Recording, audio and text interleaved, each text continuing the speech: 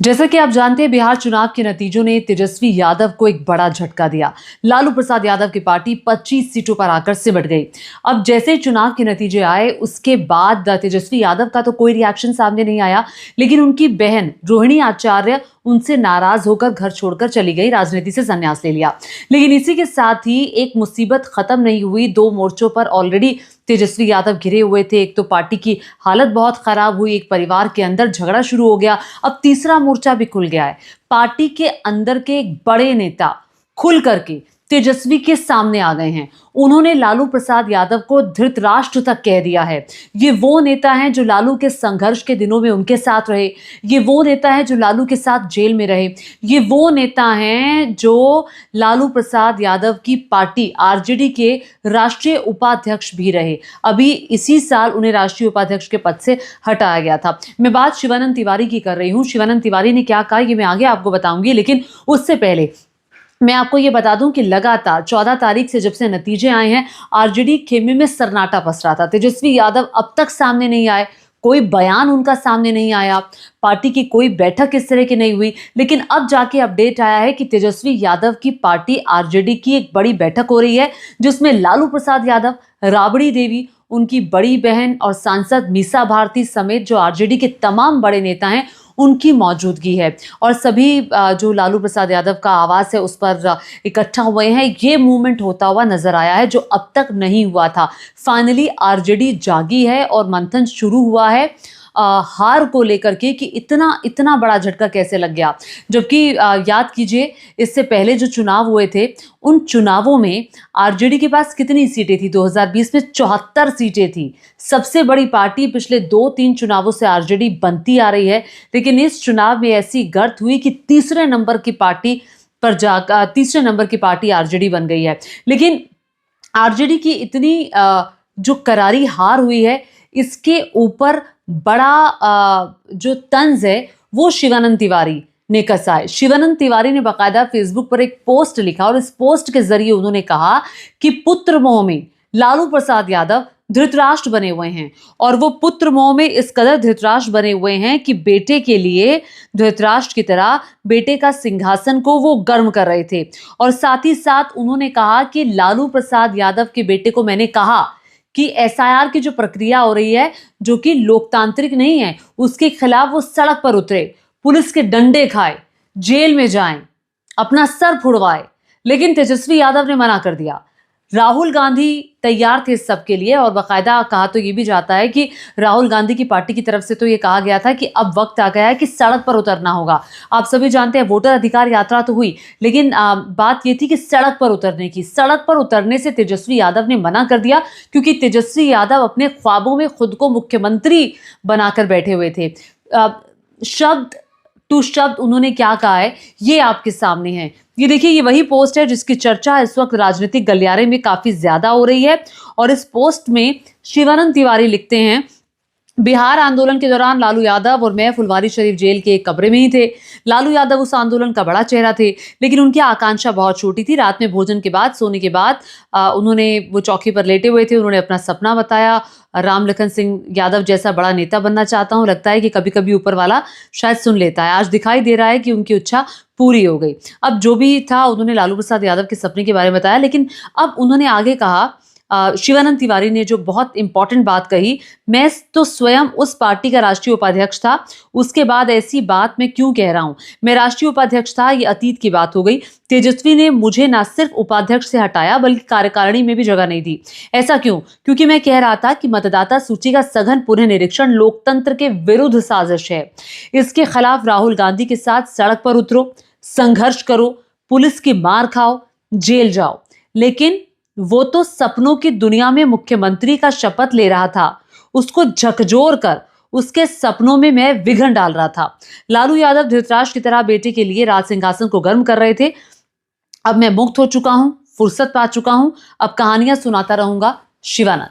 अब मैं आपको बता दूं, शिवानंद तिवारी जो कह रहे हैं ना, उनकी बात में वजन इसलिए है, कुछ भी ऐसे वैसे नहीं कहेंगे। कब से आरजेडी के साथ वो रहे हैं, लालू प्रसाद यादव के साथ वो जेल में भी रहे हैं। शिवानंद तिवारी कह रहे हैं कि तेजस्वी यादव ये ख्वाब पाल रहे थे और तेजस्वी यादव को ये लग रहा था कि बस चुनावों के बाद, नतीजों के बाद मैं मुख्यमंत्री बन ही जाऊंगा। तो क्या ये वजह है कि उस शौक से तेजस्वी यादव उभर ही नहीं पाए? अब तक उनका कोई स्टेटमेंट भी सामने नहीं आया, कोई ऑफिशियल वो सामने नहीं आए कार्यकर्ताओं को संबोधित करते हुए या हार की जिम्मेदारी लेते हुए, जैसा कि अमूमन होता है। और राहुल गांधी के तो हमने ट्वीट्स देखे और अभी भी देश के अन्य मुद्दों को लेकर वो ट्वीट कर रहे हैं, एक्स पर पोस्ट कर रहे हैं, लेकिन तेजस्वी यादव जैसे एक अंधेरे में चले गए, वहां से वो नहीं निकल रह पा रहे हैं।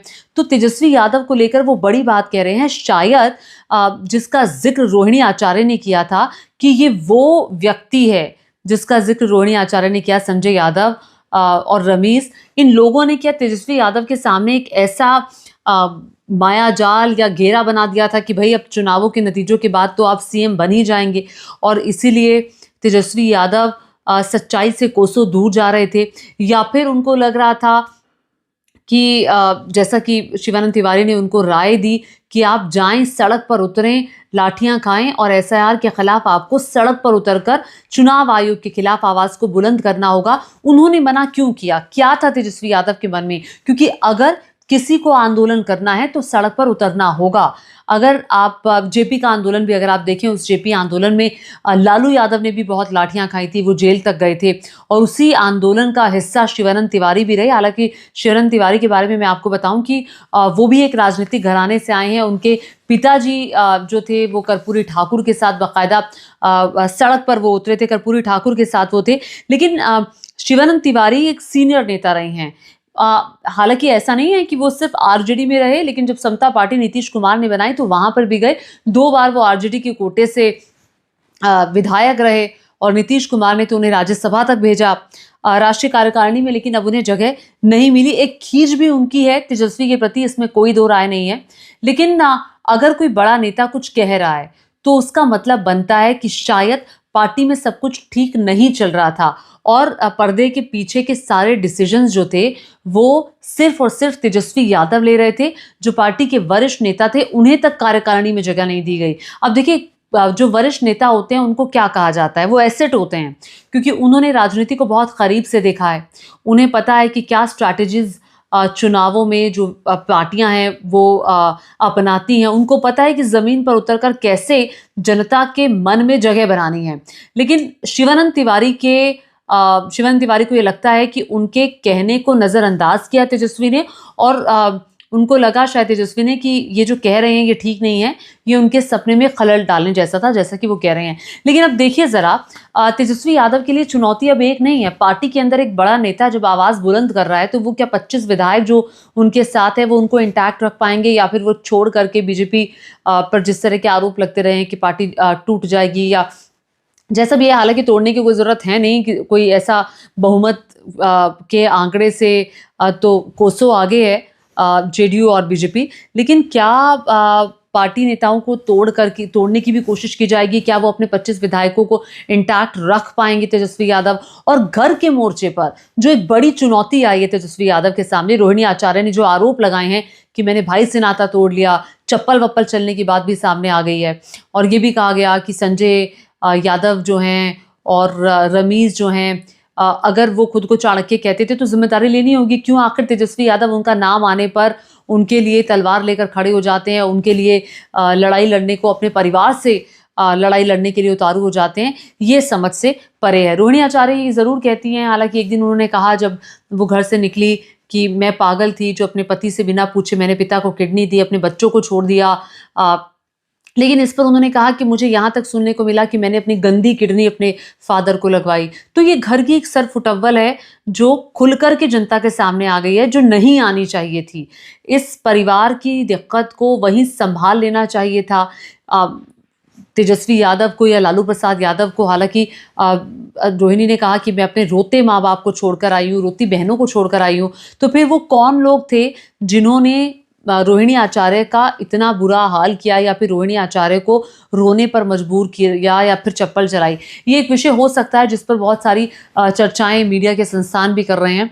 लेकिन मुझे लगता है कि ये वो वक्त है जब तेजस्वी यादव को बहुत समझदारी से काम लेना होगा, पार्टी को संभालना होगा, 25 विधायकों को संभाल के रखना होगा और परिवार की ये जो सरफुटअव्वल जिस तरीके से सामने आ रही है उसको भी संभालना होगा, क्योंकि इसका लाभ विपक्षी पार्टियां लेंगी और विपक्षी पार्टियां जाहिर तौर पर इसे अलग अलग मोर्चों पर उठा भी रही हैं और दिक्कत पैदा हो रही है। बिहार की जनता में एक संदेश नहीं जा रहा और ये संदेश तो पहले भी जा चुका था चुनावों से पहले, जब तेज प्रताप यादव को पार्टी से बाहर निकाला गया, परिवार से बाहर निकाला गया कि अपने परिवार को, अपने भाई को वो संभाल नहीं पा रहे हैं। अब तेज प्रताप यादव के सुर बीजेपी के सुर में मिलते हुए दिखाई दे रहे हैं, जेडीयू के सुर में मिलते हुए दिखाई दे रहे हैं।